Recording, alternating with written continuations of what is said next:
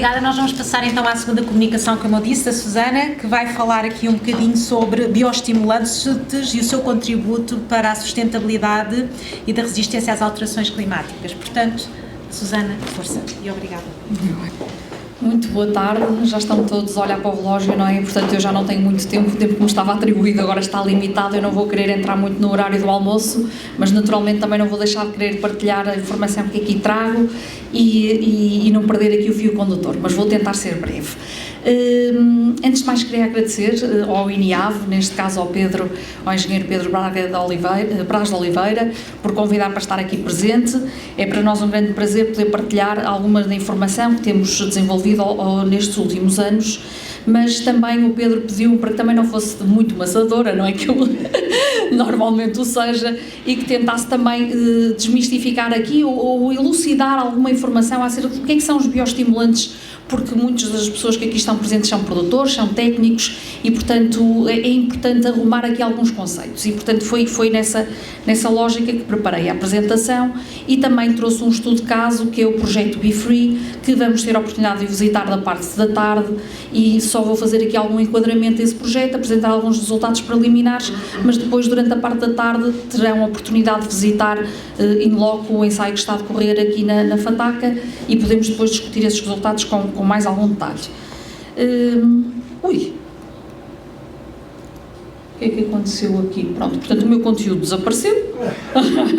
Isto foi mesmo de propósito, que é para eu apresentar menos, mas pronto, portanto, o conteúdo eu vou começar por fazer, estou um bocado preocupada de facto com isto, mas eu vou começar por fazer um enquadramento, então aos bioestimulantes, esta parte dos desafios societais, de certa forma vou acelerar um bocadinho. Portanto, nós sabemos que a população está a aumentar, sabemos também que há uma escassez de recursos, aqui estamos a falar também das questões das alterações climáticas, falou-se da água, não se falou dos fertilizantes, os fertilizantes também são finitos, a terra, portanto a própria disponibilidade de terra de qualidade, sol de qualidade, etc.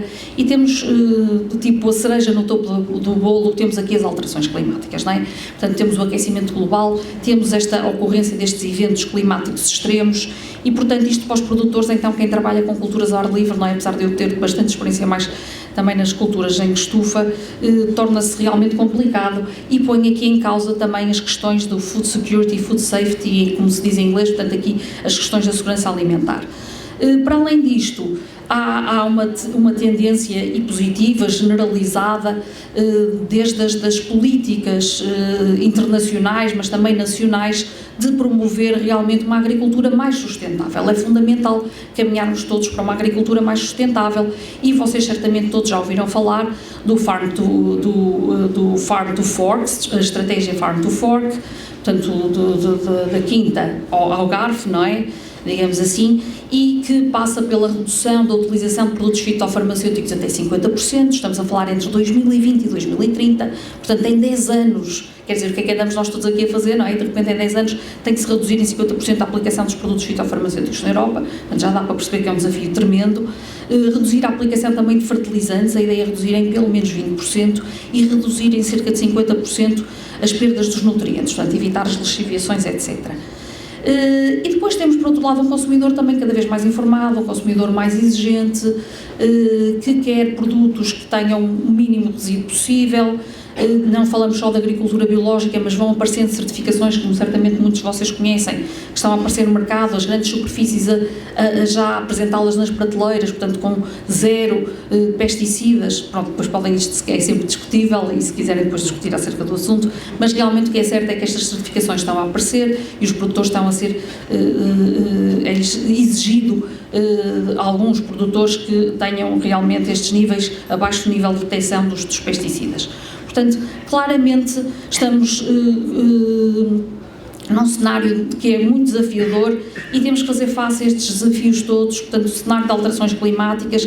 Temos ainda um aspecto que não referi, a questão da globalização, portanto, as plantas são importadas, vamos supor, os mirtilos, etc., de outros países, podem trazer a um surto e um risco maior de desenvolvimento de pragas e disseminação de pragas e doenças, portanto, ainda temos esse fator extra. E então a questão, e era aquilo que eu queria falar aqui, é a questão dos bioestimulantes. Obviamente que os bioestimulantes não vão salvar isto tudo, não é? Portanto, os bioestimulantes, e eu queria dizer isso, apesar da minha apresentação incidir nos bioestimulantes, os bioestimulantes são uma peça do puzzle, não é? Ou das soluções. Portanto, nós temos naturalmente que utilizar os modelos como foram apresentados, modelos de previsão, utilizar as tecnologias, portanto, os bioestimulantes não deixam de ser uma biotecnologia, em alguns casos, portanto, mas também as tecnologias, a agricultura de precisão, etc. O melhoramento, como já foi aqui referido, portanto, são tudo ferramentas fundamentais. Isto será sempre uma abordagem multidisciplinar e nunca será só, portanto, eu não quero que saiam daqui com a ideia que eu estou a tentar vender os bioestimulantes, eu sou académica, e naturalmente era só, este é também um possível aliado e realmente era isso que eu queria partilhar também algumas dessas informações. E efetivamente os bioestimulantes estão mais do que descritos que os bioestimulantes aumentam a tolerância das plantas aos chamados stresses abióticos, portanto o calor, a falta de água, etc. E aos stresses bióticos que são então induzidos pelas pragas e pelas doenças. E realmente há muitos estudos, inúmeros estudos sobre os bioestimulantes. Então, mas o que é que são este grupo de bioestimulantes? É um grupo muito lato, são compostos derivados de produtos naturais que contêm substâncias bioativas. Portanto, estas substâncias muitas vezes existem em concentrações relativamente baixas, mas têm uma capacidade realmente de potenciar o metabolismo da planta, mas também podem ter uma origem, portanto, estes bioestimulantes também podem ser micro-organismos. Muitos de vocês certamente já ouviram falar, os tricodermas são super conhecidos, entre outros. Portanto, existe um conjunto de micro-organismos benéficos que também podem ser utilizados e que, dependendo de quem defende isto, se caem ou não na categoria de bioestimulantes. E já vamos ver se sim ou não, com o exemplo que depois vou dar mais à frente. Portanto, estes bioestimulantes, eu partilhei aqui um artigo que escrevi juntamente com uma aluna de doutoramento, já foi em 2018, portanto já foi há 6 anos atrás, sobre os bioestimulantes, em que refere algumas destas questões, do que é que são, que categorias é que existem, mas pronto, portanto, na Agrotec, e portanto é uma revista técnica também para chegar aos produtores e aos técnicos, e haver essa informação. Mas basicamente como é que eles funcionam? Os bioestimulantes atuam muito, quer na parte do desenvolvimento radicular, quando são aplicados, podem ser aplicados foliarmente ou por fertirrega, portanto na parte da rizosfera, da raiz, e promovem o desenvolvimento radicular. Aí nós logo já sabemos, não é? Se promove o desenvolvimento radicular, vai aumentar a absorção de água, vai aumentar a absorção de nutrientes, portanto só aí dessa forma já está a promover e a potenciar a eficiência do uso desses recursos. Promove também o crescimento vegetativo, mas depois também tem um papel bastante interessante no aumento da taxa da floração e da frutificação. E há vários estudos que reportam isto e aumentam também então a tolerância a stresses bióticos e abióticos. Então, as principais categorias que existem. Há realmente um conjunto alargado de categorias, tipicamente na maior parte da literatura encontram-se divididas nestas 5 categorias. Eu agrupei aqui à vossa esquerda as que não têm uma base de micro-organismos, ok? Portanto são os bioestimulantes não microbianos, portanto não têm qualquer tipo de relação com os micro-organismos, que são os extratos de algas, muitos de vocês conhecem, tipo Ascophyllum nodosum, algas castanhas, etc. Portanto os extratos de algas têm sido amplamente estudados. Depois as hormonas vegetais têm vindo a ser cada vez mais estudadas, portanto a planta produz hormonas, mas nós aplicarmos de forma externa essas hormonas e vermos até que ponto, em doses sempre muito baixinhas, porque senão pode ter um efeito negativo, portanto ver também até que ponto é que são capazes de promover os mecanismos de defesa da própria planta, e a planta até sentir que é um agente externo, algo externo, e vai desencadear mecanismos de defesa, de resposta, e isso aumenta a sua resiliência, depois havendo até um ataque de uma doença, ou etc. E portanto há estudos também nessa área, nós próprios estamos a fazer estudos nessa área. Outra categoria de bioestimulantes, os aminoácidos, os péptidos, portanto é outra tipologia que estimulam também a atividade metabólica da planta. E depois temos os ácidos úmicos e fúlvicos, que são mais aplicados ao solo e portanto são aí dirigidos a mais à atividade, aumentam a estrutura do solo, melhoram a estrutura do solo, aumentam a capacidade de retenção de água, de nutrientes, etc. E por último temos então esta categoria dos micro-organismos, dos ditos micro-organismos benéficos, ok? Portanto, os micro-organismos benéficos, nós estamos habituados a pensar nos micro-organismos como doenças, etc., mas há um conjunto realmente muito alargado de micro-organismos, um potencial imenso, que nos últimos anos, e é recente, sei lá, na última década tem, e nos últimos anos em particular, crescido imensa investigação acerca desta área, e há todo um papel que estes micro-organismos têm que estava subaproveitado e que agora se pretende realmente explorar e tentar trazê-los também para a agricultura como ferramentas alternativas e sustentáveis.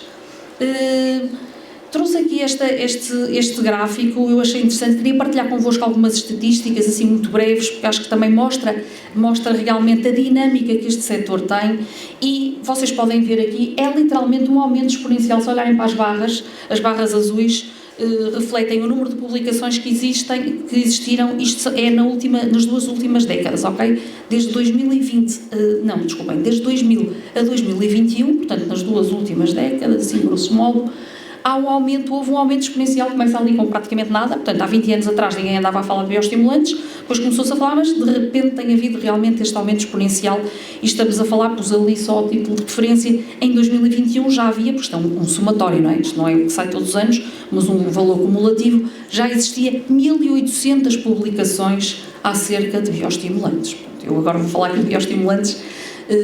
Existem também várias revisões bibliográficas, portanto pessoas têm feito um esforço para tentar arrumar estas ideias, os resultados, etc. E vou então também partilhar algumas dessas informações. O mercado global dos bioestimulantes, isso percebe-se, é um mercado também muito dinâmico, está estimado, quer dizer, é cerca de 3 mil bilhões de dólares, portanto esta fonte apresenta, mas é mais ou menos em euros, será o mesmo, em 2020, e espera-se que em 2027, portanto na altura ali num prazo de 6 anos, fosse passar de 3 mil milhões para 5,1, portanto estão a ver quase duplicar. Portanto, mostra realmente a dinâmica do setor. A Europa, a nível de todos os continentes, é o continente que tem uma fatia principal, portanto apresenta 45%, e de França, Itália e Espanha são os maiores produtores de bioestimulantes, está bem? Tem também empresas, então, a desenvolver muitos produtos e a lançar muitos produtos no mercado. Aqui este mapa é um bocadinho difícil de dizer, de verem, não é muito fácil, mas o que é que ele representa? Eu achei-o bastante interessante, é da mesma fonte que o anterior e mostra como é que tem sido evoluído. Portanto, ali na barra de baixo é a evolução ao longo destas décadas das principais keywords, as palavras-chave que têm aparecido nestes estudos. E então é muito interessante perceber a dinâmica que efetivamente, portanto, há 20 anos atrás, quando se começou a dar os primeiros passos, era muito extratos de algas. Portanto, aquelas palavras que aparecem ali lá para o fundo, portanto, mais cedo, eram ácidos úmicos, extratos de algas, depois ali não há assim tantas publicações, depois de passado mais ou menos uns 7 anos, 10 anos, começam muito a atividade antioxidante, hidrolisados de proteínas, ascofilo-nodoso também aparece aí nessa altura, e agora começam a aparecer muito mais repetidamente bioestimulantes de base microbiológica, ok? Portanto, é isto mais ou menos que vai mostrando aqui nesta evolução. Portanto, antes de passar então para os exemplos que trago aqui, o tal estudo de caso, olhando então para as oportunidades e desafios que existem para os bioestimulantes, realmente o mercado global, como eu vos mostrei, continua em franca expansão. O principal desafio, temos desafios naturalmente, desafios técnicos e também desafios científicos, é perceber a complexidade dos efeitos, porque realmente há uma complexidade muito grande a nível dos efeitos e nas plantas, e muitas das vezes, e este aspecto eu acho fundamental, que é a questão da interação entre os genótipos e o ambiente. Porque é que nós às vezes temos um efeito, e mesmo na literatura isso acontece, às vezes nós os investigadores gostamos sempre de publicar os resultados significativos, etc. E muitas das vezes isto acontece, quando nós não temos resultados muito impactantes, até se guarda na gaveta, nem se mostra aquilo, e não deixa de ser importante. As próprias revistas também muitas vezes não são tão abertas a mostrar, mas não deixam de ser resultados válidos e relevantes, mostrar que não houve efeito, certo? E muitas vezes isso fica, então até se fica mais com a sensação de que, ok, há muitos efeitos, há sempre efeitos, mas pronto, mas a literatura também é clara em mostrar que existe esta interação entre o genótipo e o genótipo. Vamos a falar de diferentes espécies, mas também de diferentes cultivares e as questões ambientais. Por isso é que às vezes um vizinho aplicou, ou um produtor, um colega que é do Algarve, aplicou no Algarve aquilo e aquilo funcionou muito bem. E depois no Norte alguém vai aplicar e de repente aquilo não funciona. E, portanto, não é um produto que está estragado, não é, muitas vezes, mas também pode acontecer ser um lote diferente. Isto também é um aspecto muito relevante relativamente aos bioestimulantes. que também queria referir. Portanto, efetivamente é muito importante ter isso em consideração, e isto leva-nos para uma conclusão super importante, que é fundamental otimizar e estandarizar, desculpem a palavra, nem sei muito bem como é que é dizer isto, as matérias-primas, mas também os processos de produção, não é? Portanto, quem está a vender, quem está a colocar produtos no mercado, é muito importante que haja toda essa uniformização para garantir um produto. Claro que os produtos de base biológica, eles há sempre variabilidade, não é? Mas é importante o máximo possível tentar, até misturar lotes, etc. Pronto, mas isso, as empresas têm que conhecer as melhores opções, mas ter realmente esse cuidado para depois apresentar um produto que tenha um comportamento idêntico, pelo menos nas mesmas condições. E por isso também é fundamental testar.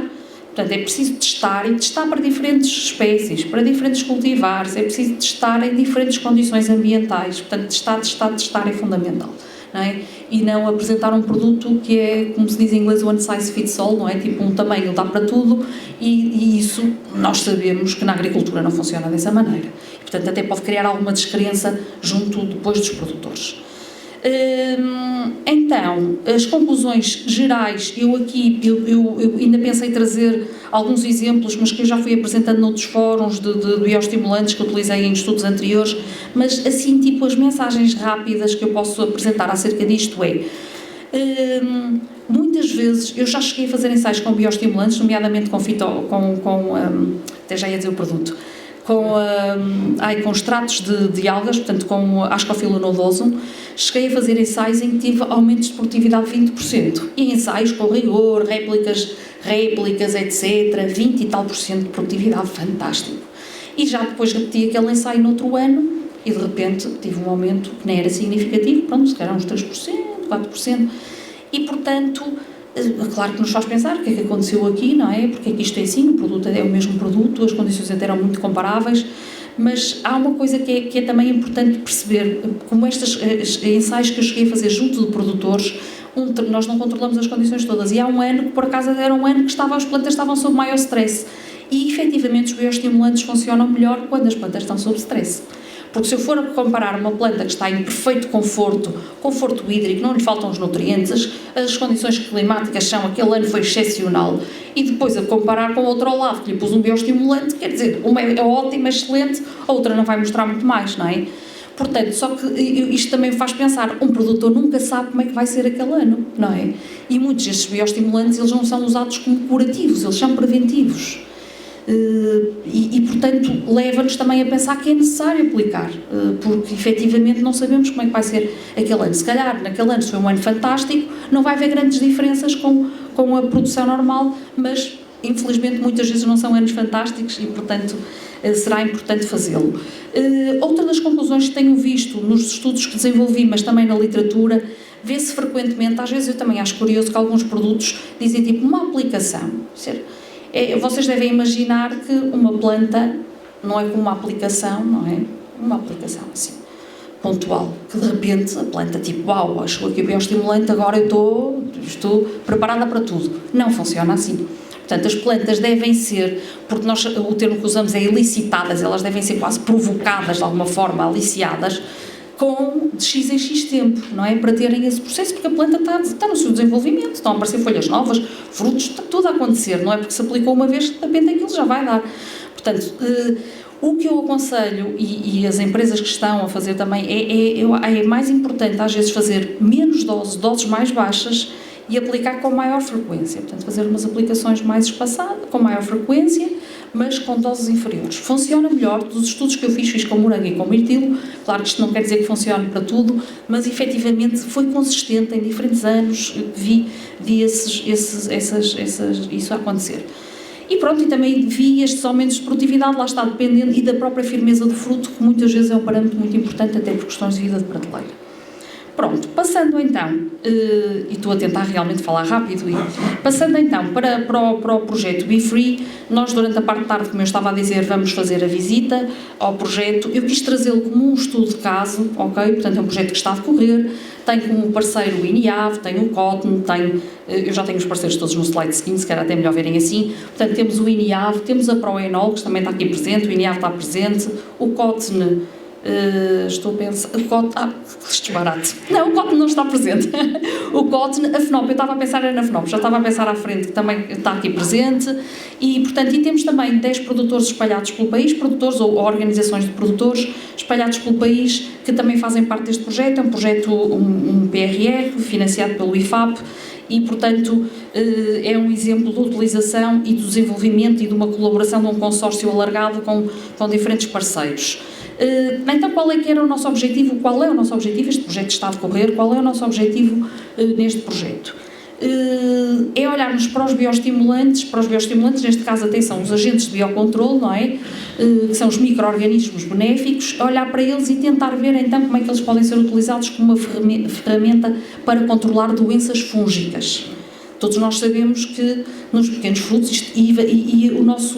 as nossas culturas-alvo são essencialmente os pequenos frutos, está bem? Então nós sabemos que os pequenos frutos, e não só, são realmente muito achacados a doenças fúngicas, e nós queremos reduzir esta incidência, e portanto porque elas levam a perdas muito acentuadas, não só na produção, na pós-colheita, e depois até no consumidor em casa compra os seus frutinhos e até parecem que estão bem, e de repente já estão cheios de botrytis e desperdiçam realmente um desperdício muito grande na cadeia. Então, as doenças causadas levam realmente à rejeição, nomeadamente podridão cinzenta, o míldio, o oíve, antracnose, fugem, entre outras. Realmente há um leque alargado de doenças fúngicas bastante problemática. E, infelizmente, muitas das vezes os produtores que têm ali como ferramenta para poderem utilizar são os produtos fitofarmacêuticos, não é? De síntese e, de facto, com esta tendência para não ter resíduo, etc., em culturas em que a colheita não é única, não é? Portanto, temos a planta ali, há vários momentos de colheita, fazer a gestão para poder colher um morango, por exemplo, que está em produção mais contínua, e não só, com outras culturas também isso acontece, e depois face a isto, portanto, é efetivamente importante procurar alternativas. Então, o objetivo deste projeto do BeFree era desenvolver estratégias de biocontrole para as doenças fúngicas, para frutas e legumes, para reduzir então a aplicação dos fungicidas. Está completamente enquadrado, quer se calhar já alguns de vocês conhecem estes aqui, os Objetivos de Desenvolvimento Sustentável, e portanto está muito enquadrado aqui, está enquadrado também nas iniciativas dos territórios sustentáveis, da Agenda de Inovação para a Agricultura Nacional, e portanto novas práticas agrícolas que permitam a redução do uso e do risco dos inputs de síntese. Portanto, o nosso trabalho incide nesta iniciativa também governamental, digamos assim. Pronto, então eu falei-vos dos bioestimulantes e vamos ver então estes micro-organismos em que situação podem ser ou não vistos como bioestimulantes, ou se são considerados, que também o termo também muito utilizado, como biofungicidas, ok? Certamente também já terão ouvido falar no termo biofungicida, e sabemos que a legislação, até para a colocação dos produtos no mercado, se é bioestimulante pode ser mais facilitada, se é um biofungicida, portanto, pode ser mais complexa. E então é preciso percebermos o que é que está a funcionar quando nós aplicamos esses ditos micro-organismos ou derivados dos micro-organismos, que é o que está ali indicado, temos os micro-organismos ou produtos derivados, ok? Portanto, não tem que ser um micro-organismo vivo propriamente dito, em algumas circunstâncias funciona também os derivados da atividade desses micro-organismos. Então, o que é que são estes agentes de biocontrole? São micro-organismos benéficos, vivos, ou então os derivados, que são utilizados na agricultura para controlar então as doenças de forma sustentável, de forma a reduzir a aplicação de produtos fitofarmacêuticos. E então, como é que eles funcionam? A forma como estes micro-organismos benéficos funcionam, eles podem atuar de uma forma direta ou de uma forma indireta. Isto é importante perceber então como é que é. De uma forma direta, é o próprio micro-organismo que tem que estar vivo, ok? E esse micro-organismo, por exemplo, ele quando está vivo, esse benéfico, e está a crescer, ele vai competir para o espaço, vai competir para os nutrientes com o nosso micro-organismo patogénico, ok? Com a nossa doença, digamos assim. Pronto. E, portanto, ele vai competir. Portanto, ele tem que estar vivo. Se é para competir, tem que estar vivo, certo? Depois, outra forma de ação é com o micoparasitismo. Portanto, ele vai parasitar, imaginem, um fungo ou uma bactéria vai, por exemplo, um fungo, os tricodermas, que são fungos, vão parasitar outros fungos patogénicos e ao parasitá-los, eles depois trava-lhes ali o crescimento. Também têm que estar vivos para fazer isto. Mas pronto, também podem produzir de uma forma, digamos, como pequenas fábricas, entre aspas, compostos antimicrobianos e estar a produzi-los enquanto que estão na planta ou no solo, vão produzindo e libertando para o meio compostos, também têm que estar vivos para o fazer, certo? Portanto, tudo isto exige, este lado da tal ação direta, exige micro-organismos vivos. Por outro lado, nós temos uma ação indireta, que também acontece, que não precisam necessariamente de estar vivos, porque, mas também vivos, isto também acontece. Portanto, os micro-organismos estando vivos, a planta vai percepcionar, costumo explicar assim de uma forma simples, que é como se fosse uma vacina, não é? Portanto, ela vai percepcionar que há ali um micro-organismo, vai reagir connosco, vai criar, entre aspas, portanto, vai ativar o seu sistema imunitário, que não é como connosco com anticorpos, mas tem outra forma de funcionar, não é? A fisiologia da planta, e vai então ativar os seus mecanismos de defesa, e quando estiver um agente patogénico, ela já está ali com os seus mecanismos de defesa muito mais ativados e muito mais prontos para se defender do agente patogénico, ok? E, portanto, nesta categoria, muitas das vezes as próprias, e é um dos objetivos deste nosso projeto, é não olharmos só aos micro-organismos, mas também a essas substâncias que os micro-organismos podem produzir. Pronto. As vantagens, então, da utilização destes agentes de biocontrole, naturalmente, se eles querem controlar doenças, é aumentar a produtividade, porque há menos perdas no próprio campo, reduzir então a aplicação dos produtos fitofarmacêuticos, reduzir o impacto ambiental e depois acompanhar estas tendências de consumo, nomeadamente reduzir a aplicação ou a existência de resíduos nos produtos.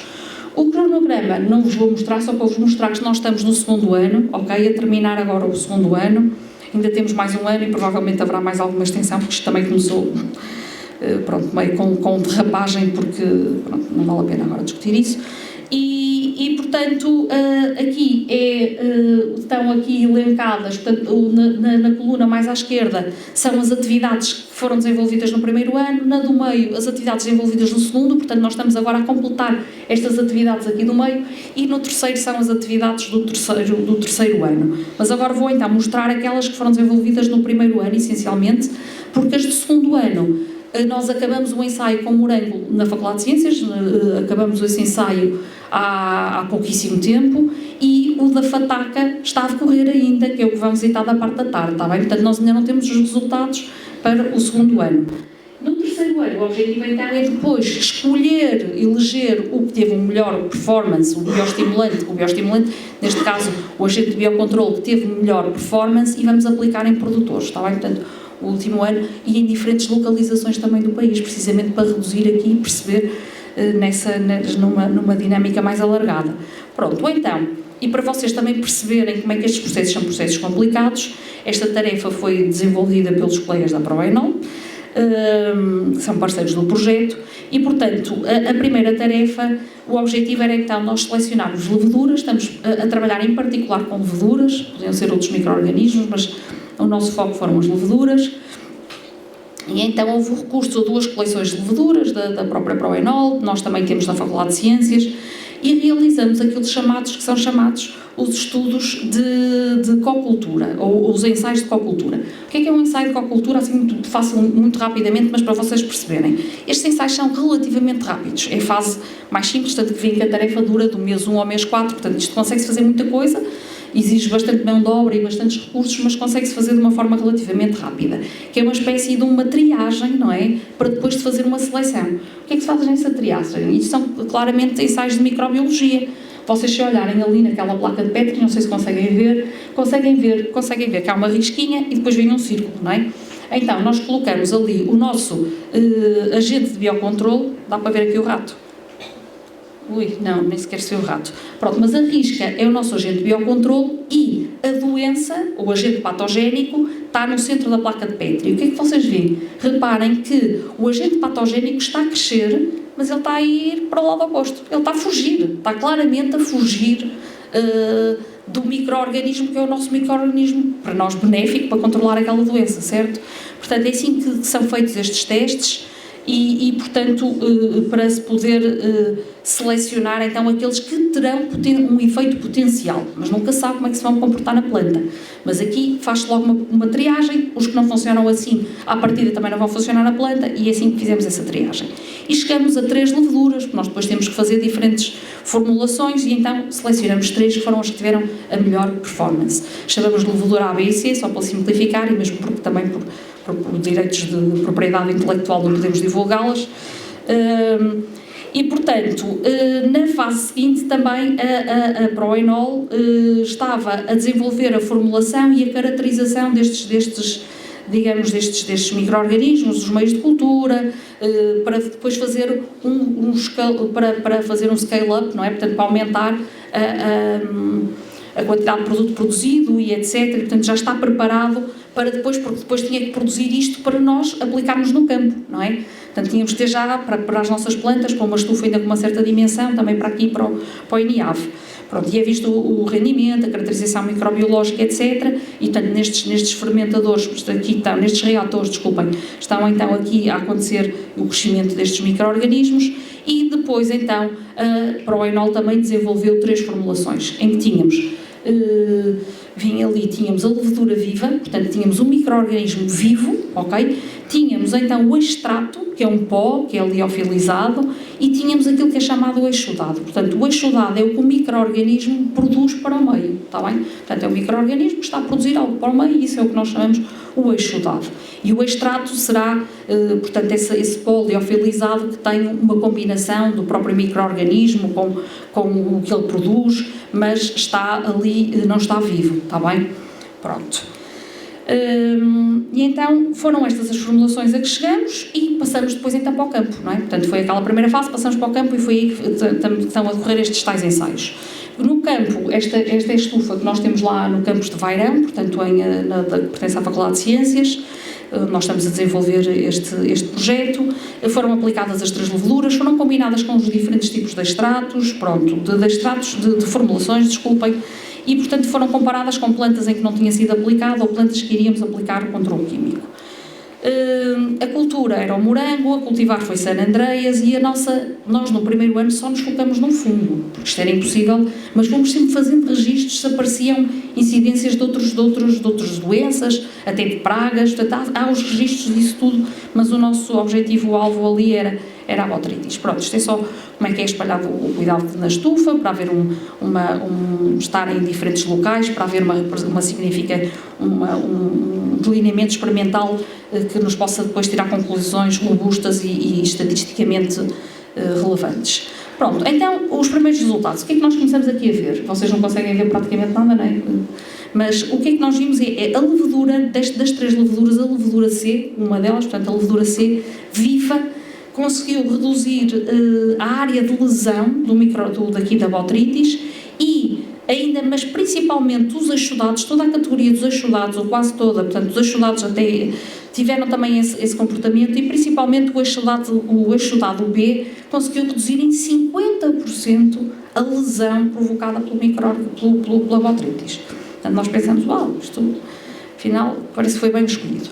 Depois, mas isto aqui foi a 3ª aplicação, ok? Nós íamos fazendo aplicações de 15 em 15 dias, íamos recolhendo frutos, íamos recolhendo folhas e fazendo essa... Não, portanto, na primeira fase só tínhamos mesmo folhas, nem tínhamos frutos, porque a planta ainda estava vegetativa, e depois já tínhamos então os frutos e depois começamos então a avaliar e a ver nestes frutos, depois podemos explicar melhor esta metodologia, mas então eram feitas inoculações nos próprios frutos.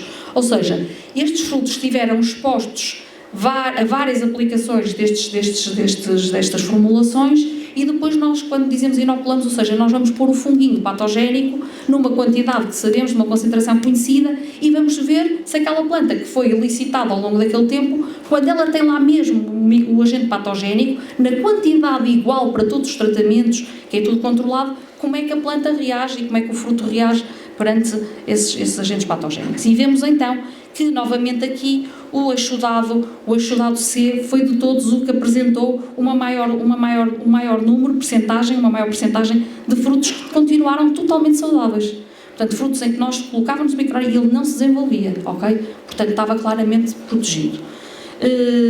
Mas pronto, Aqui depois vimos também, nós fazemos várias abordagens, que também vimos como um tratamento curativo, porque nós na estufa durante bastante tempo não estávamos a ter sequer a ocorrência de botrytis, mas depois quando ela surgiu e como tratamento curativo, aplicando como tratamento curativo, também queríamos perceber essa ação, percebemos que novamente o eixo lado C parece ser mais promissor, que é o que tem um menor número de órgãos afetados, ou seja, havia a ocorrência, mas menor comparativamente aos outros tratamentos. Pronto, então, depois fomos avaliar, para além de olhar para estes efeitos, fomos olhar à qualidade, à produtividade, etc. E, portanto, agora muito rapidamente, não vou passar por todos eles, porque se vocês virem aqui está tudo NS, que é não significativo. Portanto, claro que nós ficávamos muito contentes que até este bioestimulante ainda aumentasse a qualidade do fruto, mas pelo menos uma coisa que queríamos ter a certeza era que ele não reduzia a produtividade, senão também não reduzia a produtividade e não reduzia a qualidade. Portanto, isso era o nosso objetivo. Se por acaso até melhorasse, ótimo, não aconteceu, não melhorou, pronto, mas não teve um impacto negativo nos parâmetros de qualidade, não no tamanho do fruto, diâmetro, na cor, portanto, das diferentes componentes da cor, não houve um efeito significativo no grau Brix, portanto, no teor de açúcares, depois entre a acidez, porque o que dá o sabor é o rácio entre a acidez e o açúcar, portanto, também aí da acidez e o açúcar também não houve um efeito significativo, e, portanto, isto mostra que pode ser bastante promissor. Então, as conclusões preliminares é que temos aqui uma levedura. A levedura A é claramente menos promissora, teve uma performance muito inferior às outras. A levedura B e a C são as mais promissoras, e então foi isto que nos fez fazer dentro das formulações exudado e extrato, ou seja, a levedura viva não parece ser tão interessante, o que até é ótimo, porque mesmo depois a nível de legislação e de pôr um produto destes no mercado é preferível até que seja realmente, e isso aconteceu, acabou por ser um resultado interessante. Pronto, portanto, está agora em curso, temos estado a afunilar. Em curso estão então, estes ensaios que eu estava a dizer no segundo ano, foram ensaios em que tínhamos no primeiro só uma cultivar de morango, neste segundo ano temos 3 cultivares de morango, a decorrer o ensaio que terminou na FECUP, na Faculdade de Ciências, e 3 cultivares de framboesa aqui no INIAV, que vocês vão poder ver o ensaio. Pronto, portanto estão a ser feitas todas as monitorizações e depois queremos perceber então como é que isto funciona. E era isso, portanto temos aqui uma fotografia do Campos de Vairão, da Herdade da Fataca, e aqui um apelo para que nos façam então a visita no campo hoje de tarde, podemos trocar mais impressões convosco acerca disto. Agradeço então aos parceiros do projeto e agradeço também aqui à minha equipa pelo que tem dado um apoio fundamental neste projeto. Muito obrigada a vocês também pela atenção.